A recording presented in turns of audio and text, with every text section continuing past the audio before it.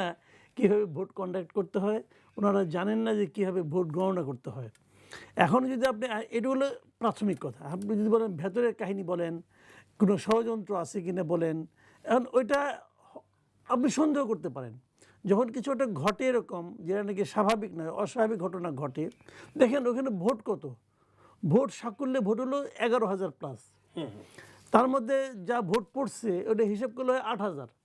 তো 8,000 ভোট গুনতে ধরলাম আমি আপনার হল সংসদের 8,000, আর তার সঙ্গে আপনার ওই জাকসুর জন্য 3টা ব্যালট পেপার ছিল, ধরেন ওখানে আর 3টা ব্যালট পেপার।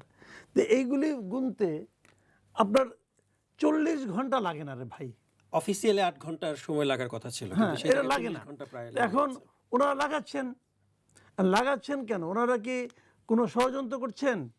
ওনারা কি আপনার কাউকে মানে ডিফেম করতে যাচ্ছেন, নাকি ওনারা কি এখানে রেজাল্ট ইঞ্জিনিয়ারিং করতে যাচ্ছেন, নাকি ওনারা আসলে আনারি পারেন না? কোনটা এটা? তো যেটা নাকি সবচেয়ে মানে আপনার মোলায়েম যে শব্দটা, যে ওনারা আনারি লোক, এটাই আমি বললাম আর কি। এই জন্যই যে ওগুলি যেহেতু প্রমাণ সাপেক্ষ ব্যাপার, কিন্তু ওনারা পারছেন না। সবচেয়ে বটম লাইন হলো ওনারা পারছেন না। যারা পারছেন না তাদেরকে দায়িত্ব যারা দেয় তারাও অযোগ্য লোক এক ধরনের। এখন এটা আমি মনে করি এটা তদন্ত হোক। যেখানে এটা করতে যে একজন লোক, একজন টিচারের মৃত্যু পর্যন্ত হয়েছে, কিন্তু এটা কিন্তু ফান করার বিষয় না। তারা এতটাই ব্যর্থ যে একজন টিচারকে সে আসতে চায় না, টায়ার্ড ছিল, শরীর খারাপ ছিল, তাকে গার্ড পাঠাই যে তাকে নিয়ে আসা হয়েছে। এগুলি ভালো না, এগুলি মানে খুবই খারাপ। এখন যদি আমাদের জাতীয় নির্বাচনে যদি এই ধরনের লোকজনকে দায়িত্ব দেওয়া হয়, শেষ পর্যন্ত কী হবে যাই না।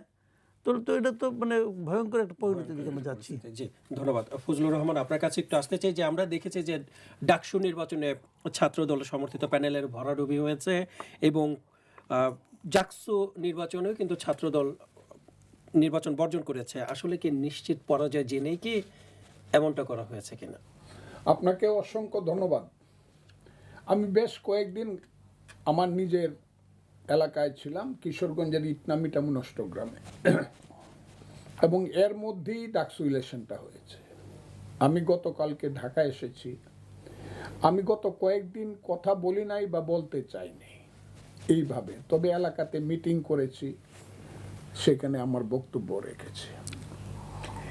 আর কালের কণ্ঠে যখন আপনি দাওয়াত করলেন, আমি প্রথম মনে করলাম এই কালের কণ্ঠে গিয়েই তো আমার দল আমাকে শোকজ করলো, এবং দল থেকে 3 মাসের জন্য, যেটা একেবারে অপ্রত্যাশিত ছিল, আমাকে 3 মাসের জন্য কি বলবো, এটা সাসপেন্ড করলো আমার সমস্ত পদ। আমি কালের কণ্ঠ শুনেই মনে হইলো যে আল্লাহ জানে আজকে আবার যাইতেছি, আজকে আর কি। এই দেশে কেউ কথা বলে না, বিশেষ করে রাজনীতিবিদ কেউ কথা বলে না। কারণ রাজনীতিবিদদের, যারা রাজনীতিবিদ যাদেরকে বলা হয়, তাদের গায়ে কোনো কিছু আছে কিনা আমি জানি না, কিন্তু আমার গায়ে একদম পরিষ্কার, দুধের মতো পরিষ্কার। আমি সবাই চ্যালেঞ্জ করি যে আমার রাজনৈতিক জীবনে কোন ধরনের দুর্নীতি, কোনো ধরনের সন্ত্রাসী, কোনো ধরনের চাঁদাবাজি আমার জীবনে একটাও পাবে না কেউ। এই পৃথিবীতে কেউ বলতে পারবে না আমার কাছে 1 টাকা পায়, বা কারো কাছে আমি 1 টাকা চাঁদা চেয়েছি। আমি দেশকে ভালোবাসি, দেশের মানুষকে ভালোবেসে একদিন যুদ্ধে গিয়েছিলাম। বাঙালি জাতির প্রতি আমার অসম্ভব একটা ঐতিহাসিক টান রয়েছে, মনের টান, আকর্ষণ রয়েছে।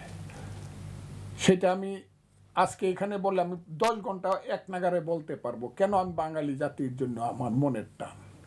কারণ আমি এই জাতিসত্তার মানুষ। প্রথম হইলাম, আমি যখন মায়ের ঘর থেকে জন্মগ্রহণ করছি, তখন মানুষ হিসাবে জন্মগ্রহণ করছি। আমি যখন আমার আওয়াজটা দিয়েছি, কান্নার আওয়াজটা, সেটা বাঙালি হিসাবে আওয়াজটা দিয়েছি। আমি যখন 7 দিন বয়স মৌলানা সাহেব যে আমার নামটা রেখেছে, আমি মুসলমানের ঘরে জন্মগ্রহণ করছি বলে মুসলমানের নামটা রেখেছে আমার। কাজে প্রথমে আমি মানুষ, তারপরে জাতিসত্তায় আমি বাঙালি, তারপরে আমি মুসলমান। এটা পৃথিবীতে সব জায়গাতে একই অবস্থা। এটা করলে কালকের থেকে আবার দেখবেন এই বলা শুরু হয়েছে ফজলুর রহমান 3 নম্বরে মুসলমান, 1 নম্বরে মুসলমান না। কিন্তু তারা এগুলো বুঝেই না, এবং এই দেশ এই জায়গাতেই চলে গেছে, এবং এই জায়গাতে চলে গেলে এই দেশ ধ্বংস হবে, এবং ধ্বংসের আর কোনো বাকি নেই। ডাকসুর ইলেকশন বলেন, এই প্রশ্নটা তো করছেন, কিসের ডাকসু এটা? ঢাকা বিশ্ববিদ্যালয় আর হাটহাজারী সিনিয়র মাদ্রাসা বিশ্ববিদ্যালয় মাদ্রাসার মধ্যে হোয়াট ইজ দ্য ডিফারেন্স? এই হাটহাজারী সিনিয়র মাদ্রাসা প্রায় ঢাকা বিশ্ববিদ্যালয়ের সমান সমান, আমি জানি না, হতে পারে তার চেয়েও বেশি। আমি একজনকে জিজ্ঞেস বলতে 50,000-এর বেশি ছাত্র আছে। তাই হাটহাজারী সিনিয়র মাদ্রাসা আর ঢাকা বিশ্ববিদ্যালয়ের মধ্যে খুব তফাৎ এখন আমি করি না। ঢাকা বিশ্ববিদ্যালয়ে তফাৎ এই কারণে করি না, এইখানে কোনো রিয়েল আধুনিক জ্ঞানের কোনো চর্চা হয় না। তাহলে কি এখানে- চর্চা হয় একটু বলবেন? এখানে আধুনিক জ্ঞানের কোনো চর্চা হয় না, এখানে কোনো রিসার্চ হয় না, এখান থেকে কোনো চক্ষুষ্মান লোক আজকের বিজ্ঞানের সঙ্গে মিলিয়ে যে চক্ষুষ্মান লোক একটিও হয় নাই গত 10 বছর 15 বছরে। আমি এই কারণে বলছি, মাদ্রাসার থেকে যারা লেখাপড়া করে আসছে তাদের প্রতিও আমার স্নেহ আছে, শ্রদ্ধা আছে। এটা নিয়ে আবার কালকে আবার মিছিল বাড়িব ফজলুর রহমান ধর্মবিরোধী না। মাদ্রাসার পড়া তাদের লাইনের পড়া, আর স্কুল হাই স্কুল কলেজের পড়া হলো আধুনিক লাইনের পড়া। যে ছেলেটি মাদ্রাসায় ছিল তিনি তার লাইনে পড়ছেন কিভাবে? উনি 1 থেকে 10ম শ্রেণী থেকে দাখিল একটা পরীক্ষা দিছেন, দাখিলের পরে উনি আলিম একটা পরীক্ষা দিছেন, আলিমের পরে ফাজিল, এরপর কামেল একটা পরীক্ষা দিছেন, তারপরে আরও বড় ডক্টরেট ডিগ্রি করতে হয়েছিল। উনি গেছেন ওই যে অতে মাদ্রাসা, কি মাদ্রাসা নাম, ওই যে দেওবন্দ মাদ্রাসায় গেছেন অথবা আল আজহার বিশ্ববিদ্যালয়ে গেছেন। এটা হলো তাদের লাইন। না, আমি একটু আর জানতে চাচ্ছি আমাদের লাইন হলো এটা, আমি যে আধুনিক শিক্ষাগর, যে আমি 1 to 10 পরীক্ষা লেখাপড়া করছি, তারপর আমি এসএসসি পরীক্ষা দিছি।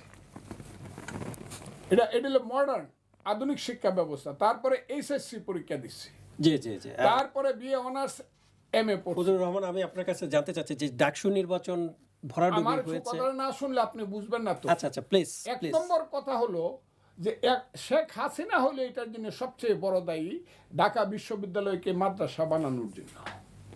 কারণ শেখ হাসিনা কৌমি জননী হওয়ার লোভে হোক বা ইচ্ছায় হোক, স্ব ইচ্ছায় হোক, ইন্টারমিডিয়েট পাস করে আমি যে ইংলিশ মিডিয়ামে বা বাংলা মিডিয়ামে পড়ে যে নাম্বার নিয়ে আমি ঢাকা ইউনিভার্সিটিতে ভর্তি হতে পারছি না, ঠিক আলিম পাস করে, দাখিল এবং আলিম পাস করে মাদ্রাসার সেই ছেলেটি এসে ভর্তি হয়ে যাচ্ছে আমার সামনে দিয়ে। কারণ হলো মাদ্রাসায় নম্বর পাওয়া যত সোজা, 90, 95, 99। আমার ইংরেজিতে শুধু অঙ্ক বাদে, ইংরেজি বা সায়েন্স বাদে, সায়েন্সও কম, শুধু ইংরেজি বাদে, শুধু মানে কি বলবো, শুধু অঙ্ক বাদে এত নাম্বার, বাংলায় আপনি যতই পরীক্ষা দেন 60 পাইতে আপনার জীবন বেরিয়ে যায়, লিখতে হবে 50। অনেক বেশি। ঠিক না কথাটা? কাজেই কম্পিটিশনে এখানে যারা ইংলিশ লাইন থেকে ইন্টারমিডিয়েট পর্যন্ত পড়ে আসতেছে, মডার্ন লাইন থেকে আধুনিক শিক্ষা, তারা এসে বিশ্ববিদ্যালয়ে ভর্তি হতে পিছনে পড়ে যাচ্ছে মাদ্রাসা ছাত্রদের সঙ্গে। যে কারণে মাদ্রাসা ছাত্ররা খুব ব্যাপক হারে ঢাকা বিশ্ববিদ্যালয়ে গত 10 বছরে ভর্তি হয়েছে। এমন একটা অবস্থা সৃষ্টি হয়েছে, মাদ্রাসা থেকে যাদের ব্যাকগ্রাউন্ড মাদ্রাসা তারাই এখন ঢাকা বিশ্ববিদ্যালয়ে বেশি। আমি খারাপ মনে করছি না, খারাপ বলছিও না তাদেরকে। কাজে আমি এই কারণে বলছি, what is the difference between Hathazari senior মাদ্রাসা এন্ড ঢাকা বিশ্ববিদ্যালয়? 1, 2, আপনি যে ডাকসু ইলেকশন বললেন, এটা কিসের ডাকসু ইলেকশন? একটা দল 17 বছর ইউনিভার্সিটি যাইতেই পারে নাই, ছাত্র দল 16 বছর যতদিন শেখ হাসিনা ছিল কোনো হলে থাকতে পারে নাই, ছাত্র দল নাম শুনলেই গলা কাটা, তাদেরকে বের করে দেওয়া হয়েছে। শিবিরকেও যাইতে দেওয়া হয় না, কিন্তু শিবির তার চরিত্র পরিবর্তন করে, এটা মুনাফিকি বলবো না, সে আত্মগোপন রাখা, তার নিজের পরিচয়, পিতৃ পরিচয় বা রাজনীতির পরিচয় গোপন রাখা, আদর্শিক পরিচয় গোপন রাখা, সে ওই যে দলটা ক্ষমতায় ছিল সেই দলের মেম্বার হয়েছে এবং সেইখানে খুব আরামে আয়েসে রয়েছে। এবং ওই দলটা যাতে সর্বনাশ হয় সেই কারণে ওই মাথার মধ্যে হেলমেট পরিয়া, হ্যাঁ, পিটাপিটি মারামারি সব এইসব ছেলেরা করছে। এরাই আবার ভালো মানুষ সাজে। যখন ওই ছাত্রলীগ সংগঠনটা বা আওয়ামী লীগের যখন দুর্দিন আসছে, তখন তারা স্বরূপে আবির্ভূত হয়ে বলছে, ফি নারী জাহান্নামা খালিদিনা ফিহা, আওয়ামী লীগ ছাত্রলীগ জাহান্নামে যাক, আমি আমার লা ইলাহা ইল্লাল্লাহু মুহাম্মাদুর রাসূলুল্লাহ আমার ধর্মে আমি ফিরত আসলাম, আমি হইলাম জামাতের শিবির কর্মী। এবং সেই জামাতের শিবির কর্মীরা এখন ডাকসুর বিপিজিএস।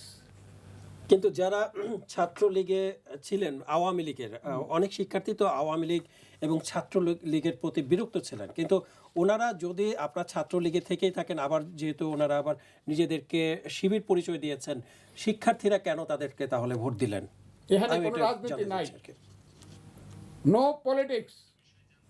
এইভাবে ওই যে এখন যে বাংলাদেশে যে ধুমধাম খালি এই ওনাদের তো কোনো কাম নাই তো সাংবাদিকদের, এই দিয়ে একটা কাম পাইছে ডাকসু। কি হয়েছে ডাকসু তো পাস পেলে কি আসে যায়? এই ধরনের একটা ডাকসু ইলেকশনে এই ধরনের রাজনৈতিক পরিস্থিতি কি আসে যায় যেখানে শিবির পাস করে যায়, তাও শিবিরের নামে না, কিন্তু নাকি নামে পাস করছে, নামে না। তারা একটা ঐক্য জোটের একটা প্যানেল দিয়ে পাস করে। ঠিক আছে, বুঝলাম শিবির পাস কিন্তু করতে, কি শিবির আইলো? সমর্থিত। আরে বাপ রে বাপ, এটা যে কি হয়েছে শিবির, এটার সঙ্গে জাতীয় রাজনীতি এক সময় ছিল। কই মাহমুদুর রহমান মান্না তো 2 বার বিপি হয়েছে, চাকসুর জিএস ছিল, একটা মাহমুদুর রহমানের দল একদম দাঁড়ায় গিয়া এই দেশ দখল করে ফেলছে। জাসদ ছাত্রলীগ তো একসময় সারা বাংলাদেশের ডাকসু সহ রাকসু সব দখল করে ফেলছিল, এই কারণে তারা বাংলাদেশ দখল করে ফেলছিল রাজনীতিতে। 1972 সনের ডাকসুর প্রথম ইলেকশনে, যারা জানে না তারা জানে না, আমি ফজলুর রহমান জানি বইলা বলি, মুজাহিদুল ইসলাম সেলিম ছাত্র ইউনিয়নের বিপি, মাহবুব জামান জিএস, রাকসুতে তাই, চাকসুতে তাই, সব জায়গায় তারা দখল করে ফেললো। এই কারণে নেপ ক্ষমতায় চলে গেছিল, কমিউনিস্ট পার্টি ক্ষমতায় চলে গেছিল। আর একটা হারে, হ্যাঁ, একটা হারুলের ডিম একটা পাইছে, আরে বাবা রে, ইসলামী ছাত্র শিবির একবারে জামাতে ইসলামরে ক্ষমতায় লয়ে যায়। বাপের বেটা হলে ইলেকশনে আসো, নংডাক করো কেন? ন্যাশনাল ইলেকশনে আসো। ওইটা কি হয়েছে? এটা চক্রান্ত। কি চক্রান্ত বলবো?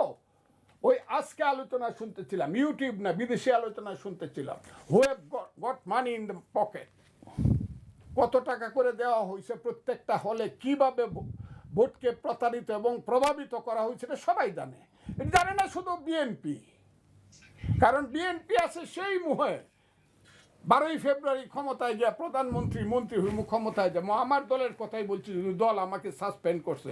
শুধু বিএনপি জানে না, আর যারা চিন্তা করে সবাই তো জানে যে যে দল বিএনপি বলল আমরা স্থানীয় নির্বাচন চাই না, মেয়র ইলেকশন চাই না, উপজেলা ইলেকশন, শুধু পার্লামেন্ট ইলেকশন চাই, সেই দল কেন ডাকসু ইলেকশনে রাজি হইল? তাইলে বুঝতে হবে আইকিউতে একটু ত্রুটি আছে। বিএনপি কেন ইলেকশনে যাবে? যে শখটা জামাত এবং শিবির দীর্ঘদিন যাবৎ অন্ধকারের মধ্যে তারা সাজাইছে, অর্থ বিত্ত সব কিছু দিয়া। আমি আজকে বলতে চাই, যারা লেখাপড়া, কালকে আমার নামে মিছিল হবে, এইখানে বিশ্ববিদ্যালয়গুলো দখল করার জন্য জামাত কত চেষ্টা করে, তাদের অর্থনৈতিক খরচ কত, এটা সীমাহীন। জীবনের সব আয়োজন এখানে একসাথে। আচ্ছা, তাহলে আপনারা কেন পারলেন না? যা কোনটা?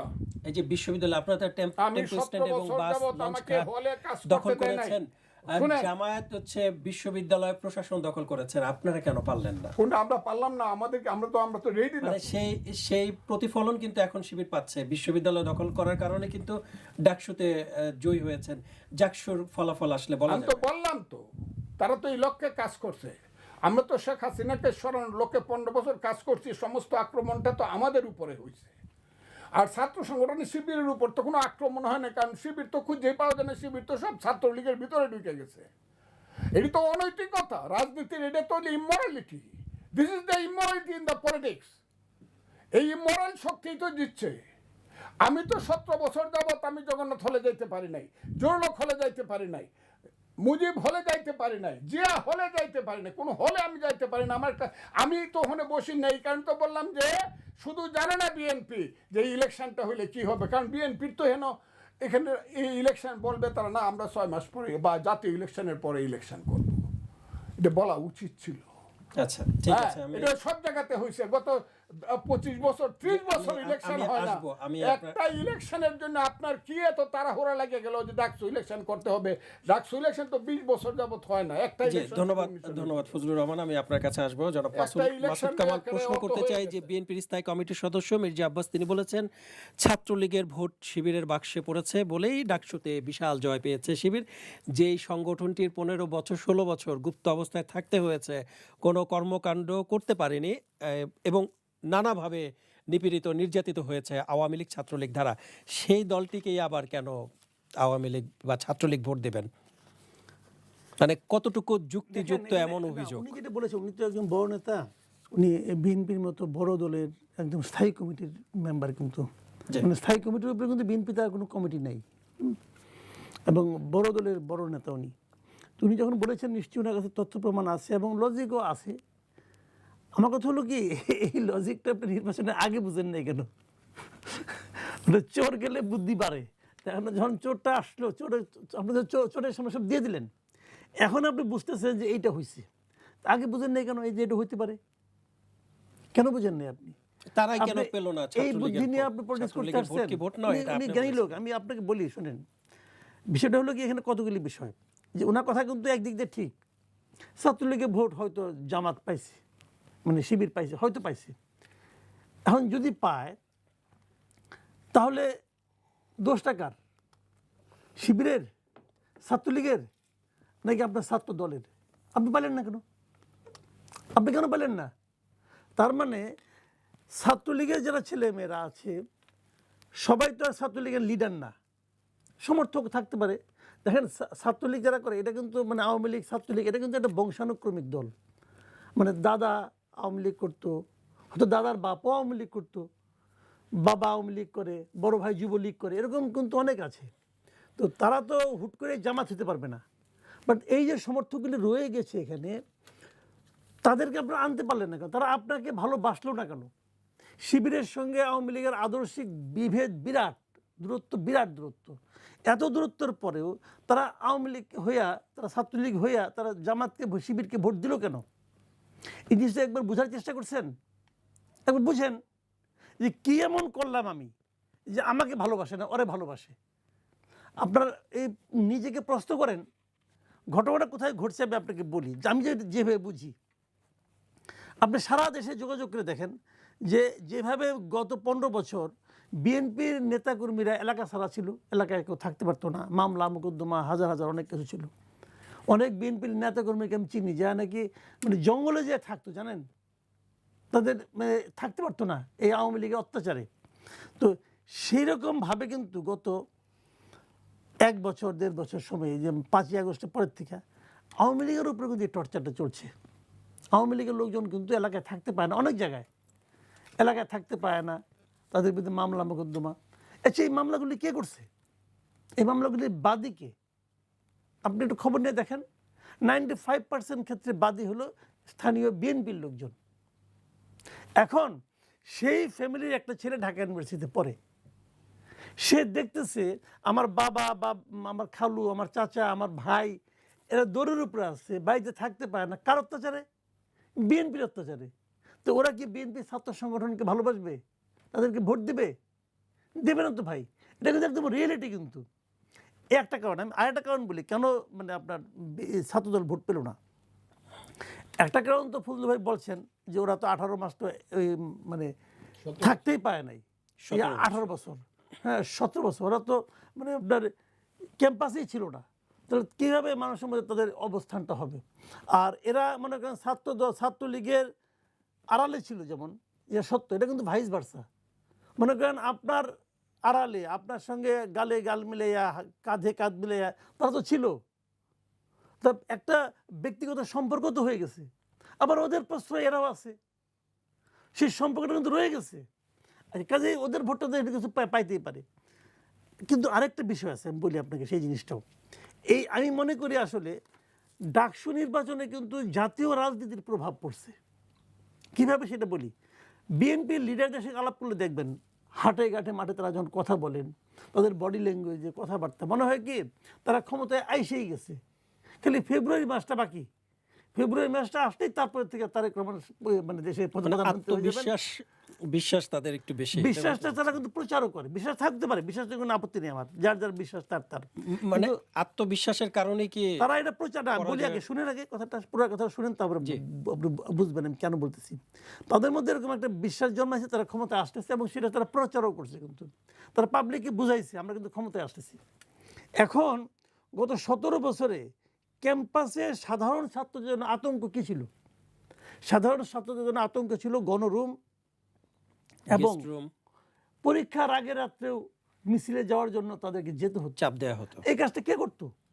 আমরা বলি ছাত্রলীগ, আসলে ছাত্রলীগ ভাইবেন না, এটা আসলে করতো সরকারি দল।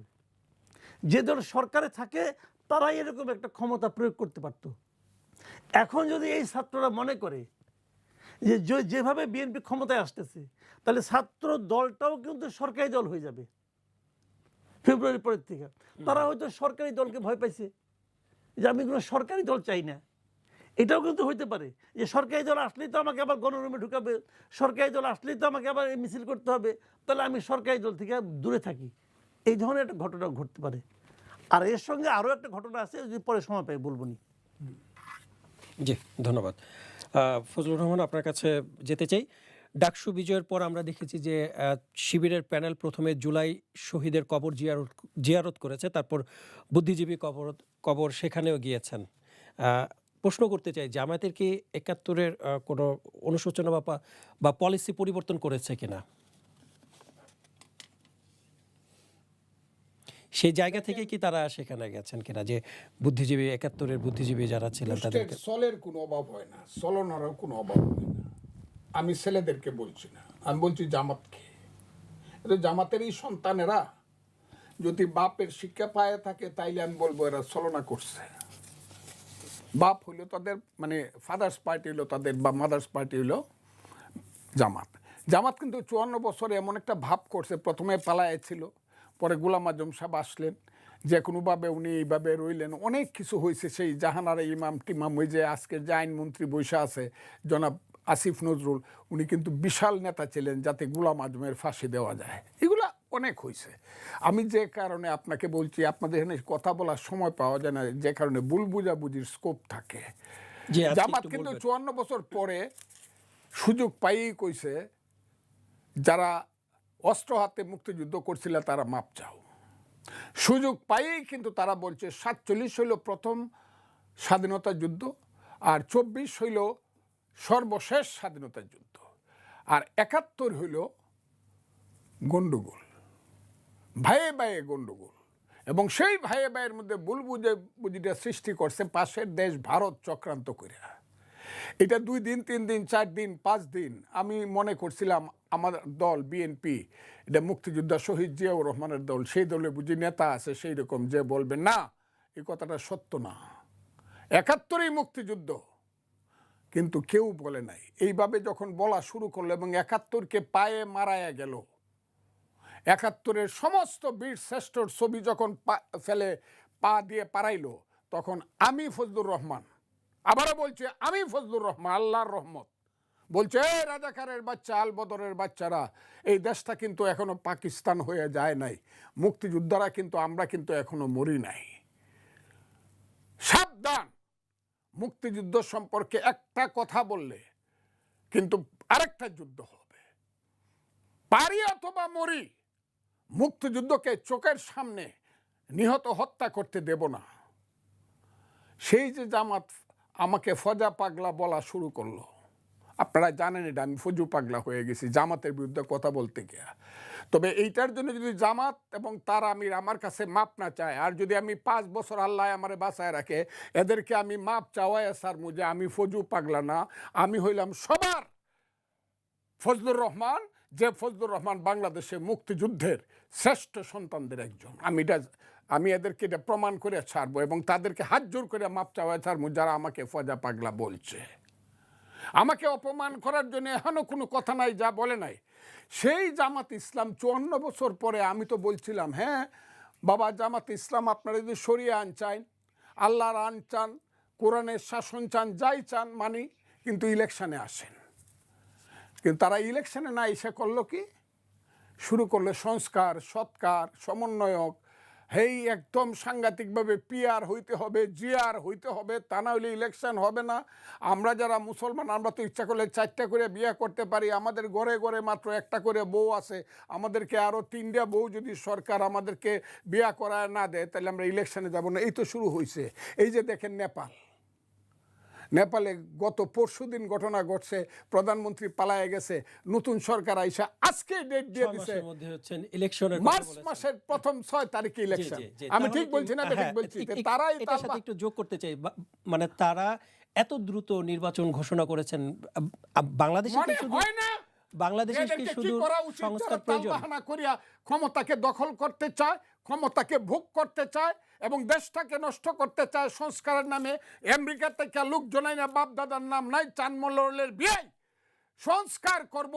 দুইটা কি বলবো আপনাকে, এদেরকে দেখলে পরে এখন মনে হয় যে আমার দেশটাকে ধ্বংস করার জন্য, যেহেতু আমেরিকা আমার দেশের স্বাধীনতা চায় নাই, সাগর পর্যন্ত 7ম নৌবহর পাঠাইছিল আমার দেশের স্বাধীনতা ধ্বংস করার জন্য, যেহেতু এখন আমেরিকা আমার দেশের সেন্ট মার্টিন দ্বীপ নিয়ে যাচ্ছে বা গেছে, যেহেতু করিডোর চায়, চট্টগ্রাম বন্দর চায়, সেই কারণে আজকের এই চক্রান্তকারীরা ক্ষমতায় বসে বসে জামাতের সহযোগিতা নির্বাচনটাকে বিনা কারণে দীর্ঘস্থায়ী করছে।